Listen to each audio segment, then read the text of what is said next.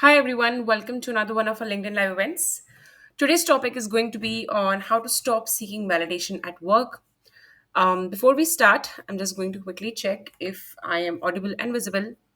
And for those of you who are attending this live event and you have shown up for the very first time, how we actually do these live events is that I explain to you a topic in depth. Today's topic being how to stop seeking validation at work. And you can ask any questions that you want while this event is going on, or you can also DM me while this event is going on because I do check my phone. And in case you are watching this as a recording, maybe on YouTube or somewhere else, you can just like drop a question either in the comment section there, or you can again just DM me on the link on my LinkedIn, and again I will reply to you. So I'm just going to see if I am audible and visible, and then we are going to officially begin.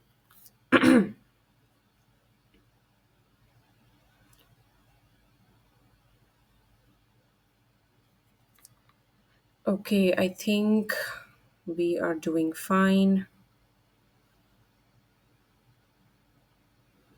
But let me just.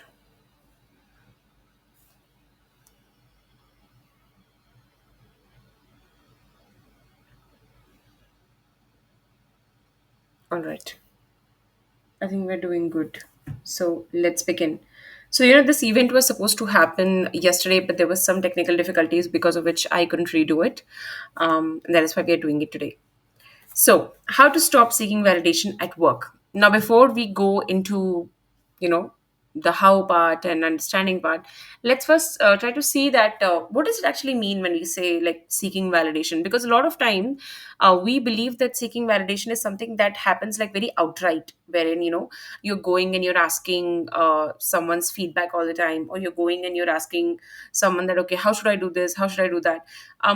Validation seeking is not just this very external overt activity. Sometimes it is also very covert, very hidden, very much in a way wherein you may not even realize that you're engaging in it, right? So let's first understand that. So I'm going to discuss a few signs, but apart from that there could be many things, right?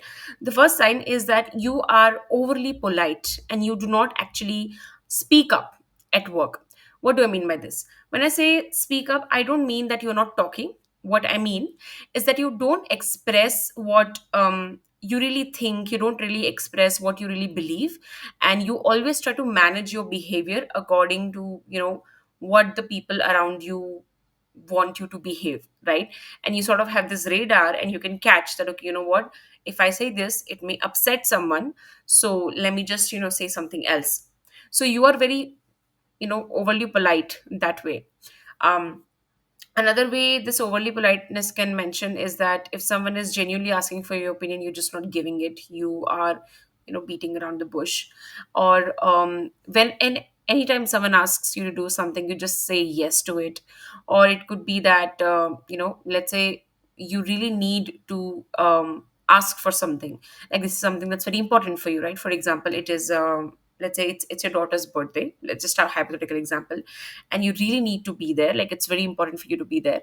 But the moment you go and you start to like talk, you kind of sense that okay, if I ask, my boss may get upset. So you just end up compromising on you going to your daughter's birthday, and you end up, let's say, doing work that your boss is asking you to do. So again, right, it may look like you're being considerate, it may look like that oh, you are being a good colleague, but you're really not. What you're really being is inauthentic, and you're not really speaking up because you're terrified, right? A considerate human being would also be considerate to himself, right? If you're compromising on yourself, your friendships, your relationships, because you believe that okay, someone else needs to get priorities specifically at work, then it is not really considerate. Okay, it is you being scared, it is you not putting the people who need priority on priority, right? So that is also seeking validation. Another is you have this urge to prove yourself at every point. So whenever, let's say, you go to a new project, you're working with a new manager, there is a leader that has come in, there is someone who's new, or maybe someone who's even old, and every time, let's say, you are talking to them or you're around them, you get this urge that I need to prove myself, that okay, I'm doing a good job, You feel this pressure all the time, that am I not justifying my position, am I not justifying the money I'm making, am I not justifying the position that I have. So there's this constant fear around that, and there's this constant rush in the body where you feel that what can I do here that can make me justify what is it that I'm doing, right? And this can manifest in very overt ways, wherein you may interrupt people when they're talking. You may like jump in to like sort of volunteer to do work that has nothing to do with you. It can also be like that, you know when let's say something is going on, it has nothing related to you, and you end up, let's say, researching about it, you end up studying about it because you want to offer opinion on it, or you want to be politically correct, or you want to say always the right thing, so you end up putting a lot of effort there. And it could also be covert, which means it is very inside, like you end up always thinking that, okay, did I do this right, did I do that right, did I say the right thing that sort of justified why do I have what I have. So there's this constant tug of war where you're always trying to prove yourself. And the first thought that you always get is that I need to prove myself to people at work. As if it's sort of a race where every single day, you ask yourself that, okay, now how do I prove myself? Right? And you often have this mental image where you believe that people at your workplace are somehow bigger than you. So you put them on a pedestal, they are here and you're here. So you're always like sort of looking up at them. Right? You don't treat them as equal to you, you treat them as bigger than you. And that is why this can also result into you thinking that you're not smart enough, you're not knowledgeable enough, or you may end up believing what they say very, very easily over what you believe, right? And what this can result into is you gaslighting yourself or someone else gaslighting you very, very easily, because again, right, you are very willing to believe what other people are telling you. Okay. The next thing is when you are very scared of making a mistake. See, when it comes to work, right, specifically in the corporate sector, it doesn't really matter even if you run a business of your own, you're going to make mistakes. Okay, you're going to screw up, you are going to do things that you shouldn't have done. It doesn't align with the plan, it is going to happen. In fact, the more mistakes you make, the more we can tell that you're doing something new, the more we can tell that you're actually growing. If you're making no mistakes, then you're not really growing, right? You're just stagnant. And when you're terrified of making mistakes, that is when we know that you're also terrified of growing, right? And this can mean that you are always playing safe because you're afraid that if I make a mistake, people are going to think that, okay, you know what, he doesn't deserve to be where he's at, or she doesn't deserve to be where she's at, right? So you're very, very terrified of making mistakes. And this can also come out as perfectionism, wherein you have been given some task, and because you want it to be perfect, and of course perfection doesn't exist, you end up procrastinating it a lot. So your performance is also suffering at work. And again, it doesn't matter if you're in corporate sector or not. It can also happen in businesses. For example, you have a project, or let's say something you have to deal with, and you have this thing that it has to be perfect because the person in front of me needs to be impressed. The person in front of me needs to think, oh my god, this is the best work ever. So again, right, sort of extension of the second point, trying to prove yourself. And here you run behind something that is not real, which is perfectionism. And as a result of that, you end up compromising on your deadlines, you end up compromising on, again, what you need to do, what should be submitted on time, and what doesn't really require a lot of efforts. For example, it's very important to understand that most things in life do not require perfection, most things in life require completion. And when you run behind validation, you will never focus on completion, because again, it is not about that at all. For you, it is about your self image. For you, it is about, you're so terrified of making a mistake. And again, this can result into many, many thoughts, right? uh, like if I make a mistake, people will think that I don't deserve the promotion I want to apply for. If I make a mistake, people are going to think, oh my god, she has just joined in, and look, she's already screwing up. Or if I make a mistake, people are going to think that I don't deserve to be where I am in the position. People are going to think that I'm not knowledgeable enough. My juniors may look down on me. My seniors may laugh at me. So again, right, this can like branch out into many, many fears. And this often stops you from actually taking up challenges. It stops you from taking up things that will actually help you grow, that will actually help you tap into your potential, like grow even more, because you're so scared that you just want to play safe. You just want to play, where you have been playing for years and years. Okay. The last point is you put a lot of effort into maintaining an image. Now, this can go to two branches. Okay, one is a very obvious and superficial one, wherein you believe that you have to maintain an image in front of everyone you're working, and that image could be in terms of how you look, that image could be in terms of how you speak, how you dress up, the way you talk, the way you are telling people that I can do this, I can do that, you having to maintain an image about your capability. It could be about that. Another way you could be trying to maintain an image is that you're always trying to please other people. For example, if there's a conversation that you're having with them and you say something that is, let's say, different from what everyone believes, or it is different from, let's say, the person believes, you may go into this hyperventilation. Oh my god, I don't want to disagree with this person. I want to be considerate, I want to be polite, I don't want to do something that upsets them, right? So again, that is also trying to maintain an image. Similarly, this could also mean that you are unable to ask for help as well, because again, asking for help would mean accepting that, okay, there is something that I don't know, and you don't want to accept it because you want to maintain an image that, no, I know everything, I can figure out everything, right? So there can also be a deep sense of shame here, wherein you're very terrified that people are going to think that, this person isn't able to do something on their own. So this can be very, very complex to deal with, because on a daily basis you are not really focusing on your work. 90% of your energy is going into maintaining an image. So let's take an example. Okay, let's say I'm sitting here in front of you. I was 20 minutes late to this live event today. Okay, just give me a moment.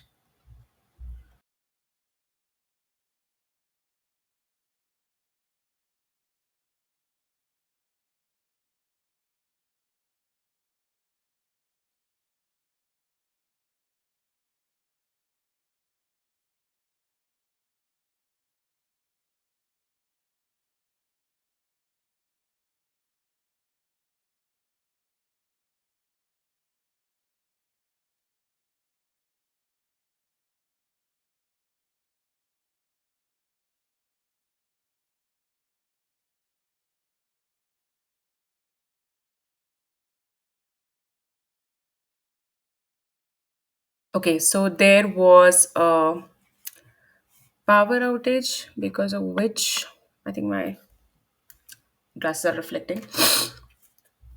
Okay, because of which my lights went off. So anyway, we'll manage. So as I was saying that I was 20 minutes late to our live event today, because again I was busy with something. But let's assume that if if let's say I got 20 minutes late and I decided that, oh my god, people are going to think that Rianchi's so unprofessional, this and that, and that we don't want to learn from her, or that we don't want to show up on her live event. If I would have done all of that, what would have happened is I wouldn't have shown up at all. I wouldn't have come here at all. And this would have happened all the time. If at all any time something went here and there, and not according to the, let's say, the kind of image I want to maintain in front of everyone, there's something wrong with the focus, then what is going to happen is that I will never show up, right? I will never show up in anything, because again, right, I'm always concerned with, there is an image that I want to maintain. But people are always scrutinizing me, or people are always looking at me. Oh my god, I'm on social media, I have to be a certain way, I have to be this kind of professional and stuff like that. For example, something that I've never done in my entire coaching career is wear clothes that I'm not comfortable in. I always wear something that I'm comfortable in. And a lot of coaches that I found uh, sort of used to emphasize on, okay, you're supposed to wear formal clothes, you're supposed to wear this, you're supposed to wear that. And I always used to tell them that, I want to make my client feel comfortable. If I'm not comfortable, how the hell am I going to make them feel comfortable? And again, their logic was just that, oh, you need to appear a certain way in front of your clients. You need to appear a certain type of professional, as if you're not professional if you just skills, right? So the point is that if I would have done that, right, I never would have shown up on live events, because there have been so many times wherein um, something or the other happened, right? Because again, it's life. So it is going to happen to you too, right? And it is going to happen multiple times to you over a period of time. And when you run behind this maintaining an image, you also damage your confidence, because every single day you present yourself this like series of obstacles that you believe that you have to cross in order to be able to be yourself, right? Now, let's talk a little bit about the misconceptions of seeking validation and what it really means. So, a lot of people think that, this is working for us, seeking validation is working for us, it has gotten me this far, or, it helps me maintain good relationships and stuff like that. So there is this illusion that seeking validation is somehow working for you. So I'm going to talk about it a little bit. Okay, before we do, I am going to just see if we have any questions.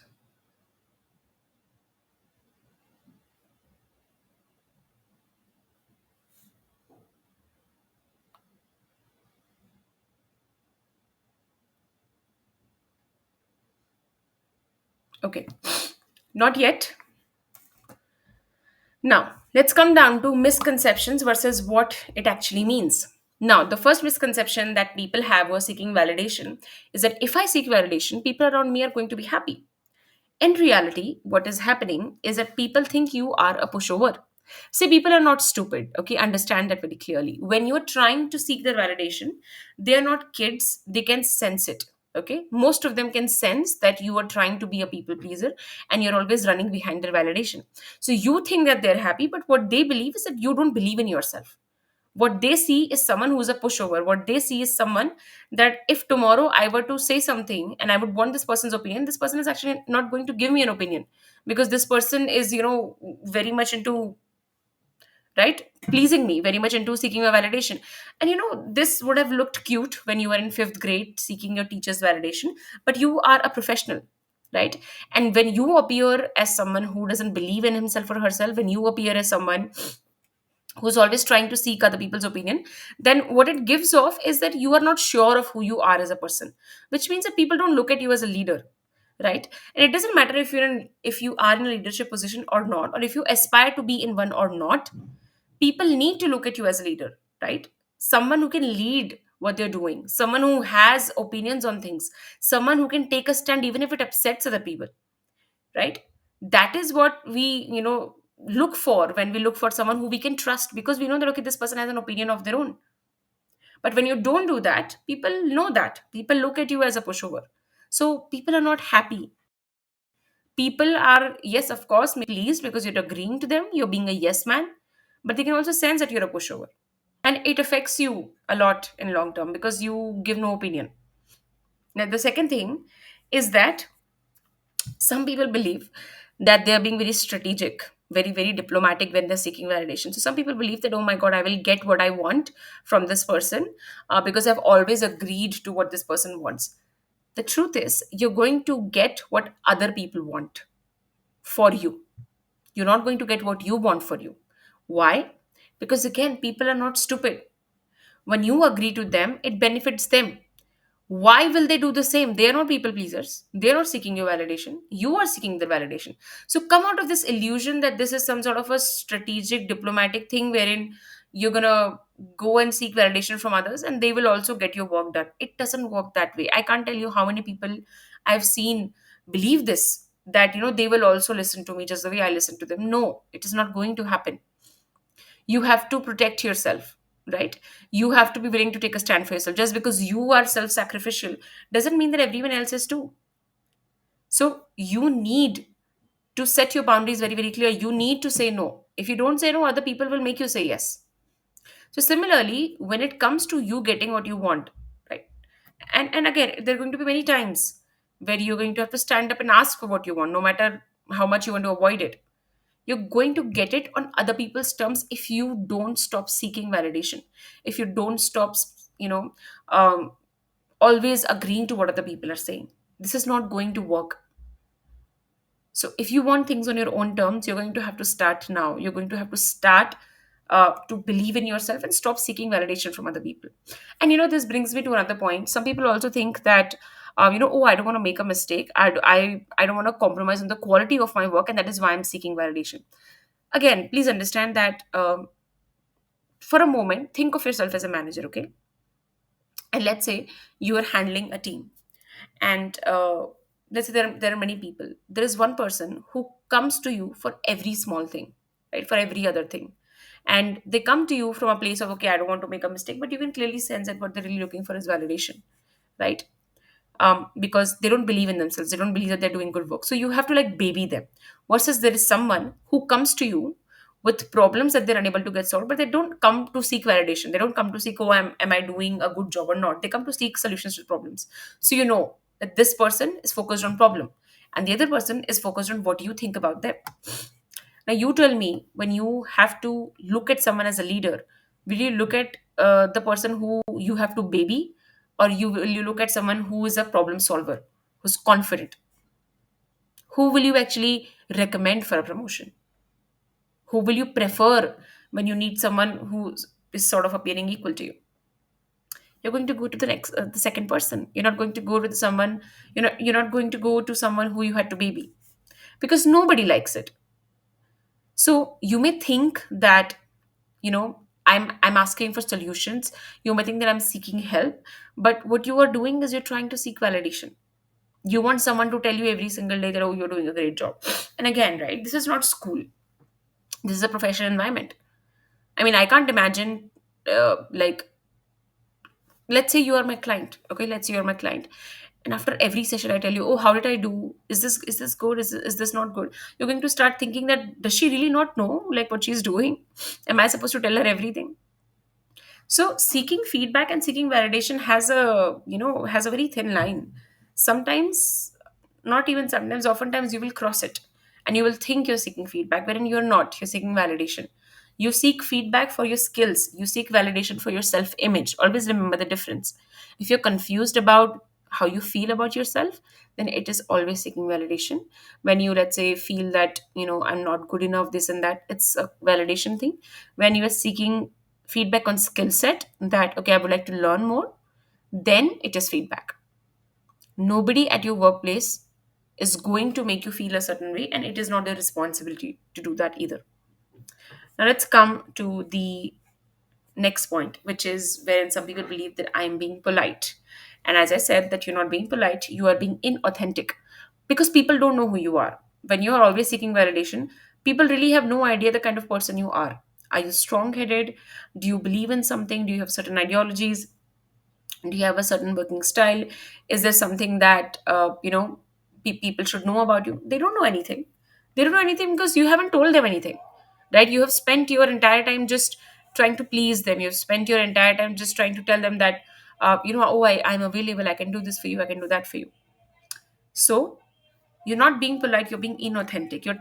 You're also taking away their right from knowing you fully. You're also taking away their right from fully seeing you for who you are. And then later, if they, let's say, do not understand you, or if after years of working with you, then it is not really their fault, is it?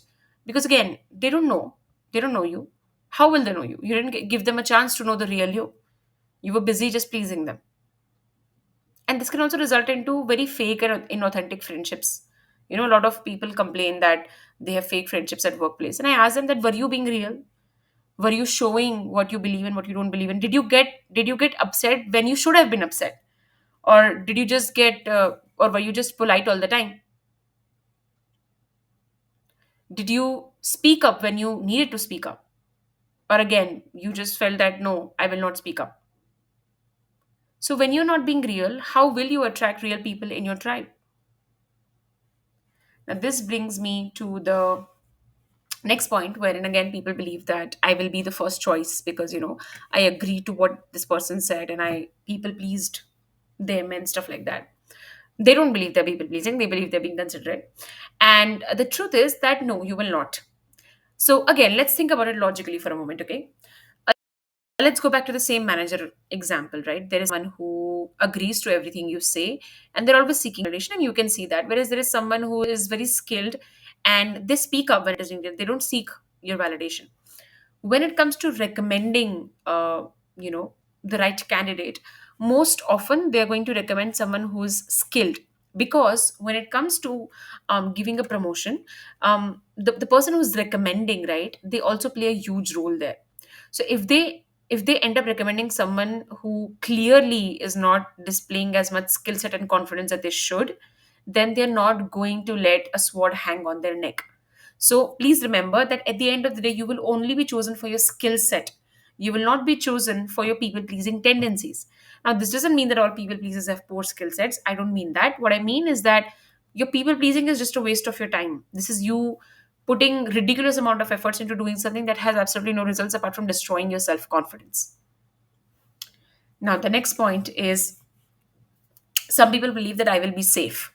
If I people please, I will be safe. My job will not be taken away. People will not be upset, and everything will go according to me. The answer to that is no. The stakes are same for everyone. Always remember that the stakes are always same for everyone. The moment you stop becoming valuable to your company, or let's say in business, you stop providing value, that is the moment you're going to get replaced.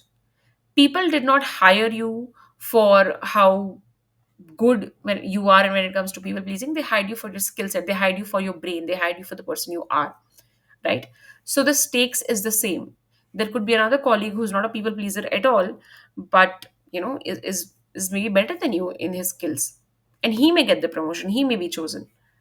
So always remember that stakes are same for everyone. It is not going to be somehow nicer for you because you're a people pleaser. This is an illusion, and it's very important that you come out of it. Now, let's talk about why does it actually happen? Like, why do we engage in people pleasing behavior at work, and how can we actually step out of it? Before I start, I'm just going to again see if my audio and video is working fine.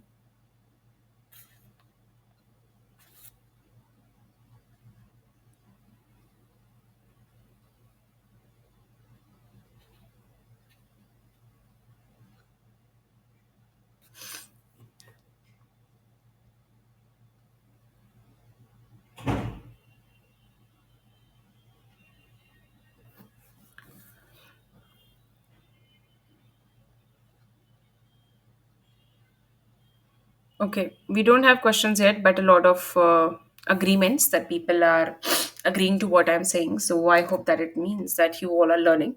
Okay, let's come to why do we actually engage in people pleasing. See, people pleasing is not very straightforward that you are just scared of failure, you're just scared of losing your job, that's why you're doing it.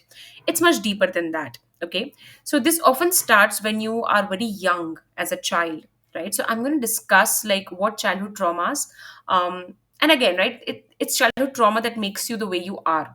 Anytime you don't want to engage in a behavior but you don't have any control over it, for example, I don't want to be a people pleaser but I end up doing that, right? I just end up doing that. It's like a safe place for me to go back to. It's a safe place for me to just relax and being a people pleaser. Then it is coming from a place of trauma. Okay, trauma is always an uncontrollable response that is not helping you anymore, and that response is something that you develop as a child to protect you from something, and at that point of time it worked, but as an adult it is not working anymore. So what we are dealing with when it comes to people pleasing is also a very scared, a very lonely, wounded inner child of you. And again, when I say inner child, it is younger versions of you that are already residing in you. By the way, if you don't know exactly what I'm talking about, if you would like to know more about childhood trauma work, I have a free 4-day boot camp on healing your childhood trauma, and I also have an amazing 4-day boot camp on healing your inner child. So the first one is free, and you can just DM me boot camp, healing your childhood trauma, and I will DM that to you. The second one has a small fee, a very small fee, and if you would like to work on also healing your inner child, you can again like DM me for that. Anyway, coming back to the point. So um, when you have childhood trauma, what tends to happen is that we are dealing with a very little version of you, a very little boy or a very little girl who lives inside of you. Again, it depends on what your gender is. If you're a man, then there's going to be a very scared little boy, and if you're a woman, then it's going to be a very scared little girl who is very terrified of being himself or herself, who's very terrified of just being authentically himself, because again he is afraid what is going to happen. So this did not start with your corporate career or your business, whatever. It started very early on. So I'm going to discuss a few case scenarios. And the first one I want to talk about is growing up with really judgmental or critical parents, right? And what do I mean by this is that if you grew up with a parent who was very judgmental and critical in a way wherein, and again, it can be overt, wherein they're judging you outright. You're not sitting right, you're not doing this right, look at other people, look at them, look at this person, right? They're overtly being judgmental. So when a child grows up with a parent like that, the child goes back into his shell thinking that he's not enough, right? And the source of love for the child, the source of confidence for the child is mom and dad. So if mom and dad become the perpetrators, if mom and dad become the criticizers, then what happens to that child is that his confidence is shaken up really badly, right? So that child believes that I'm not actually good enough, right? And that my yardstick of self acceptance or my yardstick of self confidence resides on someone else, resides on people outside of me. And that is why this child starts to seek validation from mom and dad, that look mom, I did it this way, is it right? Look dad, I did it this way, is it right? Similarly, the judgment and criticism can also be very covert, wherein they're not outrightly judging you sort of, but they're also sort of shaming you here and there, that oh my god, why did you do this? Or oh my god, you shouldn't have done that, this is going to bring us a lot of shame. Or they may tell you that oh, I'm just saying this because I want you to be better, right? And we are not questioning the intention of the parent here, okay? Maybe they did have good intentions, but the thing is that children are very very sensitive, right? They they can sense the expressions of their parents. I mean, think about it, think about your childhood. There must have been times that you just sensed your parents' expression and you could see that, okay, dad is not going to like it, or mom is going to be angry if I do this, right? And based on that, you changed your behavior. Imagine that's how intelligent you are as a child, even. So when you grow up with critical and judgmental parenting, be it in a very open way or be it in a very subtle way, it does affect your confidence, right? You start to believe that whatever I'm doing isn't really good enough, right? I need to rely on some external validation tool to validate that what I'm doing is right, right? And this can also result into also having a really strong inner critic, where you're always criticizing yourself and you're always relying on what other people think is right for you. And as a result of this, what can happen is that there can also be lack of exploration, by the way.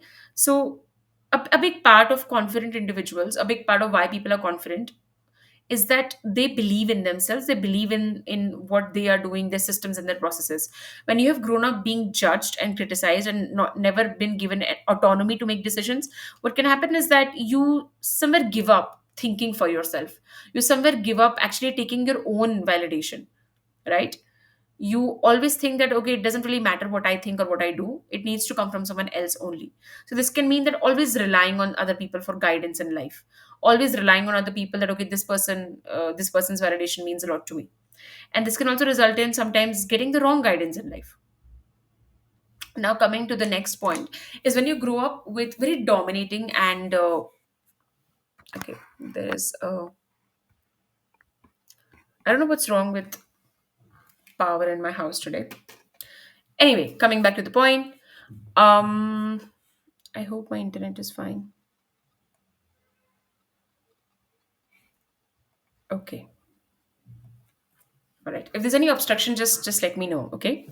Now let's come to the next point, which is having dominating and very volatile parents. So when you have dominating and volatile parents, what really happens is that anytime you do something, right, they want to have a say in everything. Like you want to choose what kind of clothes you want to wear. Your mom has a very big say in it, that no, you can only wear this because you're a girl, or you can only wear this because you are the man of the house. Similarly, let's say if your dad is very very dominant and very volatile, like he gets angry at the slightest of things. Again, it can be again either of the parent, mom and dad. So if you have parents like that, right, who are very volatile in emotions, they don't know how to regulate their emotions, right? They can lash out anytime, they can get angry anytime, they can start shouting and just losing their sense of calm. What happens is that such a child becomes very alert over a period of time. Such a child starts to go back into his shell and starts to think that I can't be myself, this is not safe, right? Because the child is not getting safe space. Similarly, if you have had parenting like that, I want you to think of your childhood and sense that when you used to be around parents versus when you are with, let's say, your friends who you feel safe with, there would be such a big difference in your energy, right? With your friends you could be a completely different individual, but with your parents you could be a completely different individual, because again, you're not feeling safe with mom and dad, right? And again, it could be either mom, it could be dad, it could be both of them, right? Whoever is the volatile and the emotional parent there.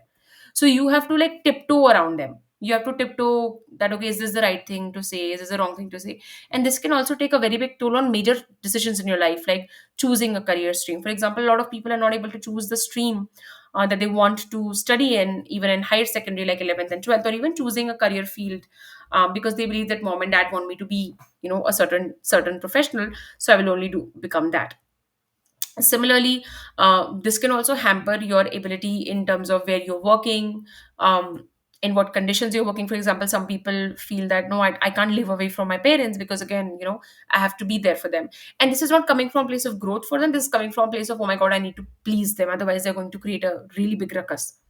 So similarly, what happens is that when you've experienced all of this, right, what your trauma wound becomes is that let me just agree so that the peace can prevail. Let me just agree so that this person doesn't get upset, because you're very afraid of consequences because you were raised like that. So now what happens is that growing up, now that you've grown up around authority figures as well, you can experience this. You can experience that I don't want to create any ruckus, so let me just agree to what everyone is saying. Let me, please this person so that this person doesn't get upset. Or you may think twice about disagreeing with anyone because you feel that no, let me just agree. Let me just stay docile. Let me just, like, you would very subtly compromise on what you want. Like you would tell you, like if someone asks you for your opinion, you would say that, oh, I'm okay with everything, right? So you sort of lack opinion there. And this is again a very subtle way of you not choosing yourself and you allowing other people to direct the narrative. So this can also land you in situations where you don't want to be at, but because you did not say no, again you landed there, right? Something weird going on today.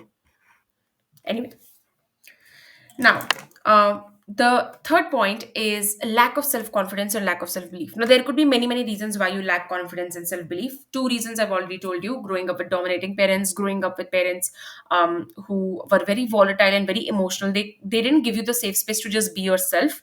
Right. This can also take a very big toll on your self confidence and your self image, wherein you start to believe that you're not really good enough. There are other childhood traumas like getting bullied, like getting assaulted in any way, being emotionally or physically abused in any form, even sexually abused in any form. So, any kind of trauma, right? Any kind of traumatic event that happened in your life, it doesn't matter big or small, because again, trauma is not big or small. Trauma is just trauma. Trauma is when you felt deeply unsafe, and as a result of it, you just changed as a person, right? So, any trauma that happened to you, right, that led to you just losing your self confidence. For example, let's say you had someone who was friends with you for years, and they broke their friendship with you and they said something very mean to you. For a child, it can be a very life changing event where they feel that okay, the person I trusted is rejecting me, right? So there could be multiple events that could be traumatic. When that happens, it takes a very big toll on your self confidence and how you really look at yourself, right? You don't think you're as good enough, or you sort of, you're always earning your confidence, right? Like your natural confidence isn't really present. Your confidence is just skill based. If you've done something for long enough, only then you feel confident. If you're doing something new, if you are approaching something new in life, again that confidence isn't really there naturally, right? So this is like, I call it conditional confidence. So when that is there, then again validation is the easiest way to get that confidence, right? Because if people are agreeing, then obviously I'm doing something right, so I can feel confident about myself. So, when this is the case, you need to work on your lack of confidence as well, and you need to work on the root cause. In fact, the resolution to all of these issues is actually understanding what is the root cause of it. For example, a lot of people come to me and tell me that, Priyanshi, I went to therapy, I went to this coach, I went to that coach, but like I got my solution for a while, and then I came back to the same thing. And I always ask them that what kind of work did you do with them? And I always hear very superficial answers like, oh, we spoke, we talked about this, we talked about that, and talking helps for a while. But if you're people pleasing, and if you're seeking validation is coming from a place of trauma, which almost always is, right? Because a fully functioning adult is able to change their behavior, right? And if it is a mindset thing, you'll be able to change their behavior. If you're not able to change your behavior, then there is trauma there, right? And when it comes to trauma, you can't think your way out of trauma. You have to release the pain, and releasing the pain can only happen in trauma resolution sessions. So, for example, when I'm working with my clients, the first thing I do with them is I take a deep history as to why is it that they feel this certain way, how long has this been going on, and everything. Then I also draw a traumagram of them. So, traumagram is basically a family ancestral chart wherein we study both your dad's side of the family and your mother's side of the family and what actually happened in both sides of the family, and we try to see if there is some sort of trauma that you're carrying from your ancestors as well.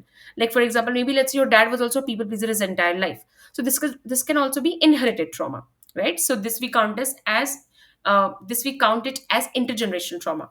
So I also do intergenerational trauma work with my clients. So when we're doing such deep work, right, we're doing trauma work, we are releasing this, what tends to happen is that your body has a lot of space. So when we do the mindset work as well, wherein we help you develop confidence, it is very easy for you to like grasp it.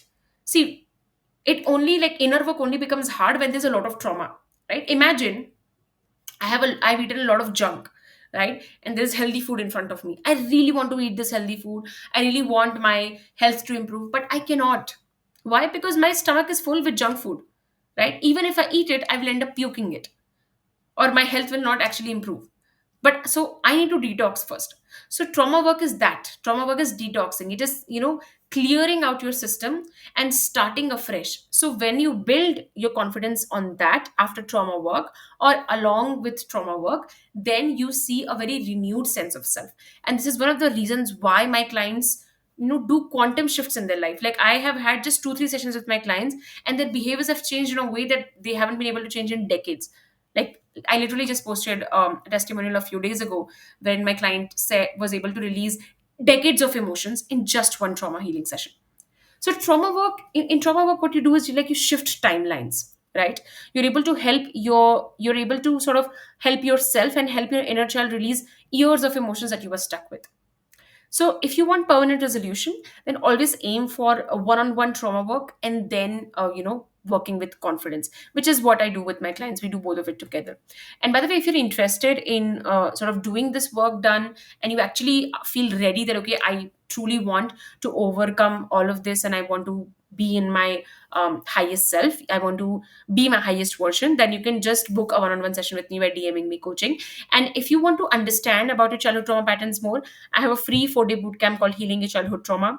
You can find the link to it in my bio, or you can just DM me and I will send the link. Like anything is fine. And I'm just going to see if we have any questions so far, and then we're going to end the session for today.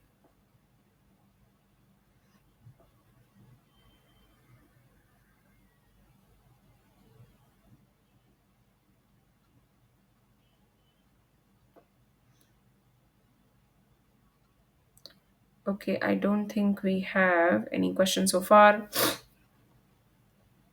If you do have any, you can always DM me, as I said.